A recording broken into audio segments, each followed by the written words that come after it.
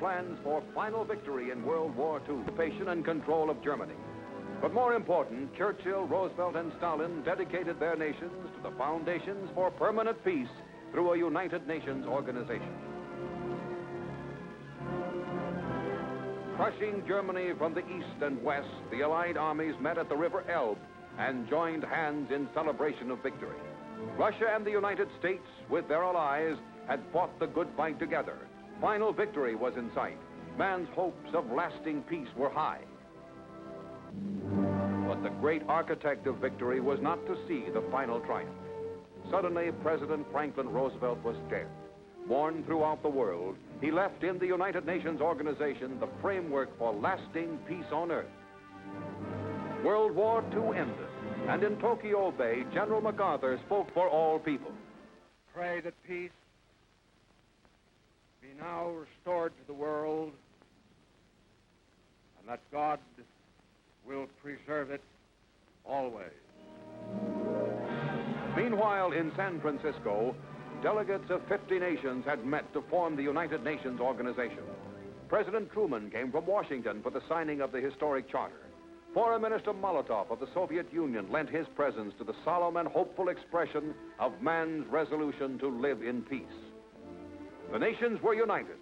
The Big Five, China, Russia, Britain, France, and the United States, led the peoples of the world as they launched a rule of international law and a Bill of Human Rights, a rule of law they believed no nation, large or small, would dare defy.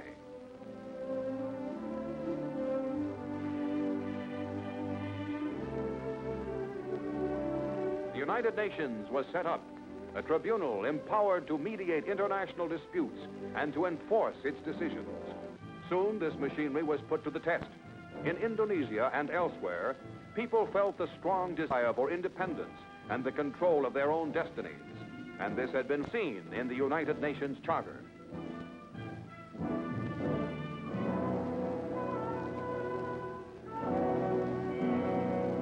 A Republic of Indonesia had been set up, embracing a large part of the island empire, which had until then been under the rule of the Netherlands. Civil unrest broke out in the Republic and the other islands.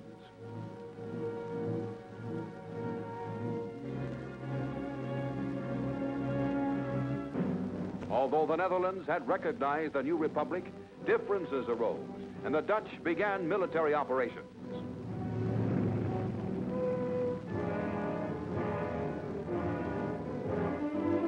In July 1947, the hostilities in Indonesia were brought to the attention of the Security Council of the United Nations.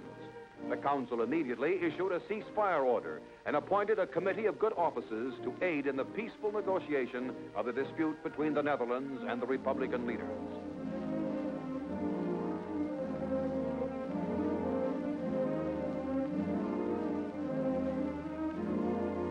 Guided by the United Nations Committee, the two parties to the dispute signed a truce in January 1948. Hostilities broke out again in December. Jakarta, capital of the Republic of Indonesia, and many other towns in Java and Sumatra fell to the Netherlands forces. The Republic adopted a scorched earth policy as refugees fled before the Dutch forces.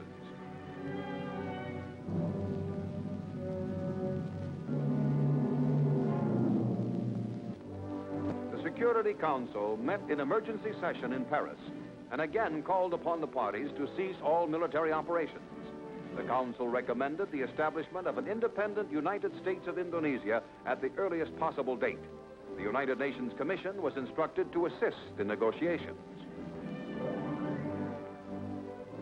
A roundtable conference between the Netherlands and the Indonesian Republic began in The Hague in August 1949. With the help of the United Nations Commission, the conference agreed on a charter of transfer of sovereignty and on main points of future cooperation between the Netherlands and the United States of Indonesia. The United States of Indonesia, embracing scores of islands and including nearly 80 million people, was a reality, and late in December 1949 at The Hague, Queen Juliana of the Netherlands signed the document which transferred complete sovereignty over Indonesia to the Republic of the United States of Indonesia and recognized it as an independent nation.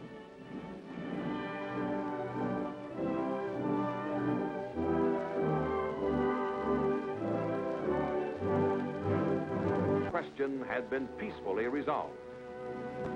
The subcontinent of India was another potential trouble spot after World War II. Its millions also looked forward to independence after years of passive resistance under British rule. Great Britain, following a policy of self-determination of peoples, made plans to give India complete freedom as an independent dominion of the British Commonwealth of Nations.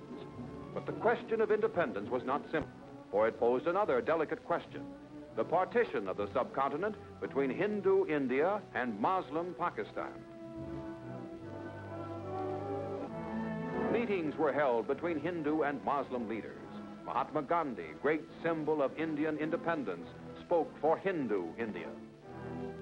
Muhammad Ali Jinnah was the Muslim leader in the fight for the independence of Pakistan. Pandit Nehru succeeded to the leadership of Hindu India on the death of Gandhi, and under his leadership, the independence of India was proclaimed on August 15, 1947. India became an independent republic in the British Commonwealth. Millions of Indians, led by Prime Minister Nehru, celebrated the independence of this great nation. The new Dominion took over the charter membership which India, under British rule, had held in the United Nations.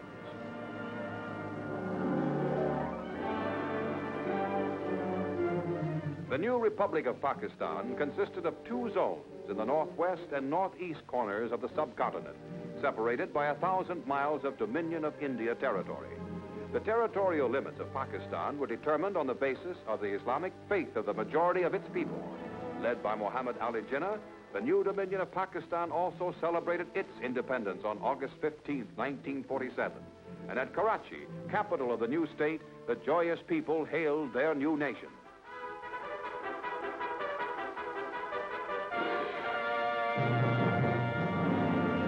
But the partition of India led almost immediately to disputes. The first of these centered around the independent state of Jammu and Kashmir, which had declared its adherence to the new Dominion of India. Protesting that Pakistan was aiding tribal disorder in Kashmir, the Dominion of India sent troops into Kashmir, and in this area of the world there appeared a threat to international peace. Pakistan denied the charges of India and questioned the legality of Kashmir's accession to India.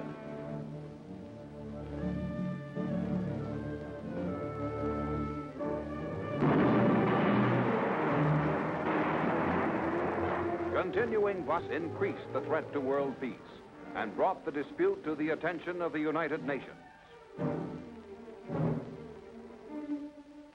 The Security Council called upon both parties to terminate hostilities in Kashmir and appointed a commission to work with the two new states toward a peaceful settlement of the dispute.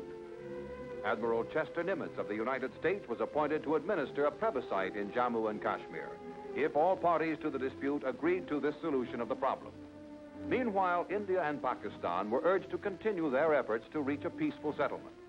Prime Minister Liaquat Ali Khan of Pakistan and Prime Minister Nehru of India continued their negotiations with the aid and encouragement of the United Nations.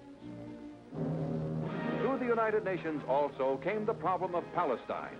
A British mandate since the end of World War I, in recent years this small country had been the scene of disorder and bloodshed.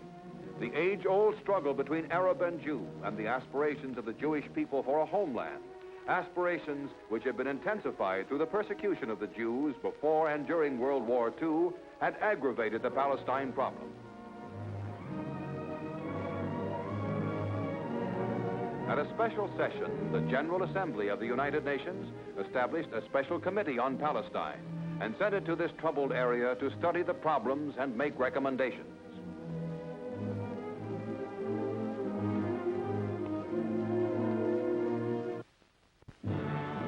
The United Nations Committee spent months in Palestine traveling over the disputed areas and conferring with Arabs and Jews.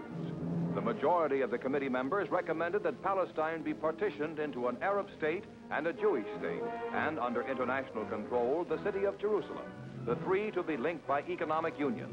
The General Assembly accepted this recommendation. But the United Nations job was not yet done. Border clashes increased, and soon open warfare broke out in this troubled area of the world.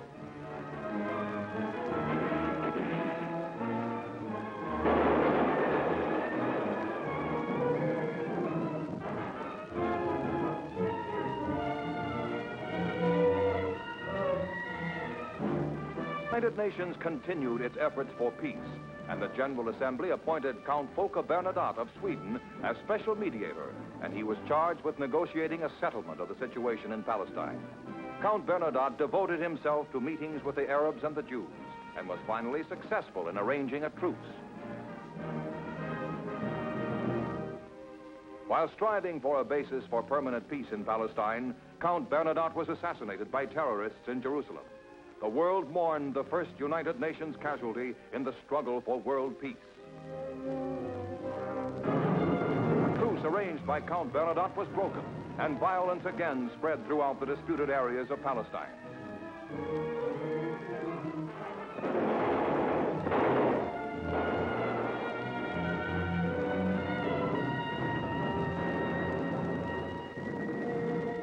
Dr. Ralph J. Bunch of the United States was appointed acting mediator and continued the efforts of Count Bernadotte to find a solution. Through Dr. Bunch's negotiations as mediator, final treaties were signed and peace came to the troubled Holy Land.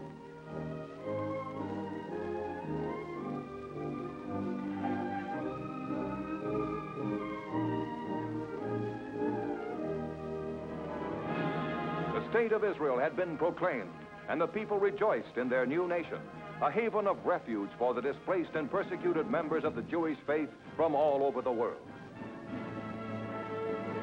Israel was admitted to membership in the United Nations, and her flag was raised at Lake Success. Again, the United Nations had, through peaceful mediation, resolved an international dispute which had been a threat to world peace. The problem of Korea also seemed ideally suited to peaceful settlement under United Nations auspices. In September 1947, the United States submitted the question of Korean independence to the General Assembly. A United Nations commission was appointed to forward the establishment of a free, democratic government of Korea through nationwide elections. The Soviet, previously pledged to Korean independence, now refused to participate in the work of this commission. This policy of obstruction was not new. In Seoul, capital of Korea, the 2 previous years had seen fruitless meetings between the Soviet and United States military commanders. Soviet obstruction had resulted in the permanent and tragic division of the Korean people at the 38th parallel, which had been originally established only as a temporary boundary for administrative purposes. The chief task of the newly created United Nations Commission was to obtain cooperation from the Soviet authorities in establishing a united, independent Republic of Korea. This task was made impossible by Soviet refusal to allow the Commission to cross the 38th parallel, and Soviet refusal to cooperate in any way. Only in South Korea were free elections under the impartial supervision of the Commission possible. Here, true to its pledges, the United Nations assisted in the creation of an independent nation based on the freely expressed will of the people. Soviet obstruction had prevented the participation of all Koreans in a unified republic, but a republic there was.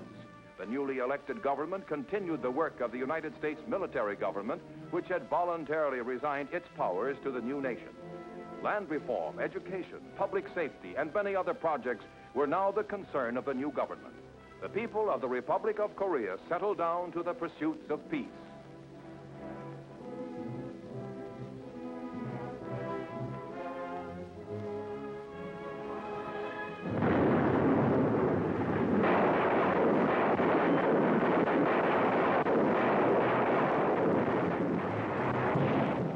Suddenly and without warning, the communist-controlled North Koreans hurled themselves upon their peaceful neighbors to the south, and in an act of stark and unprovoked aggression, attempted the destruction of the Republic. The peaceful citizens of the Republic of Korea, torn from their homes, separated from their families, formed the long and miserable lines of refugees, which are always the first fruit of ruthless conquest.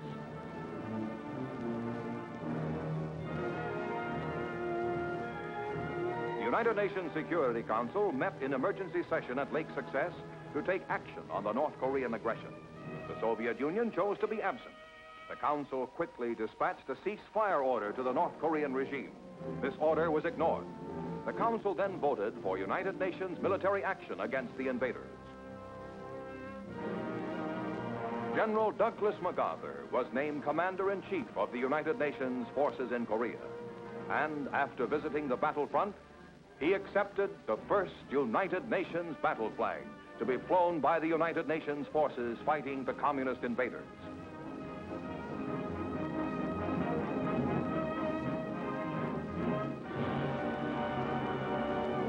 For 5 weeks, as Korean Republican and United States forces under the United Nations flag fought to stem the tide of North Korean communist aggression, while the Security Council took all emergency steps in an effort to halt that aggression, the delegate of the Soviet Union pointedly absented himself from the United Nations deliberations and decisions. Improvising the defense of the Republic of Korea, and with the heroic help of the Republican fighting forces, the United Nations troops fought and fell back, trading space for time until more help could arrive. On August 1st, Soviet delegate Jacob Malik, for the first time since the invasion, returned to take his seat in the Security Council. It was the turn of the Soviet to preside. Malik, deliberately ignoring the North Korean communist aggression, began a systematic campaign as president to block any action on the Korean War by the Security Council. Meanwhile, the United Nations troops battled the Soviet-armed communist invaders, and the Security Council tried without success to prod the Soviet delegate to his responsibilities.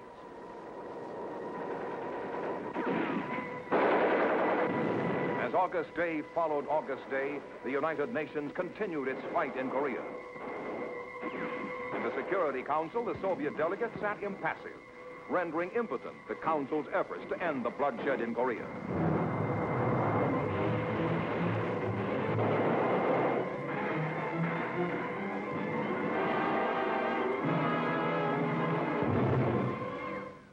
As August waned, United States Delegate Warren Austin, in righteous wrath, but in simple terms, made clear for all the world to see the sinister actions of the enemies of democracy. Whose troops are attacking deep in somebody else's territory? The North Koreans. Whose territory is overrun by an invading army? The Republic of Korea. Who is assisting the Republic of Korea to defend itself? The United Nations, with the support of 53 of the 59 members. Who has the influence and the power to call off the invading North Korean army? The Soviet Union. Who is responsible for the bombing and bloodshed that inevitably ensued from the fact of aggression? The North Koreans and those who support them. Who then can stop the bombing and the bloodshed? The North Koreans and those who support their aggression. What member of the Security Council is supporting the North Korean regime in the Security Council? The Soviet Union. Who then is supporting the United Nations Charter and really working for peace? The 53 members of the United Nations who are supporting the Republic of Korea. Is the Soviet Union one of the 53? No. No, not the Soviet Union, but the 53 of the 59 members of the United Nations which are sharing in the United Nations action in Korea.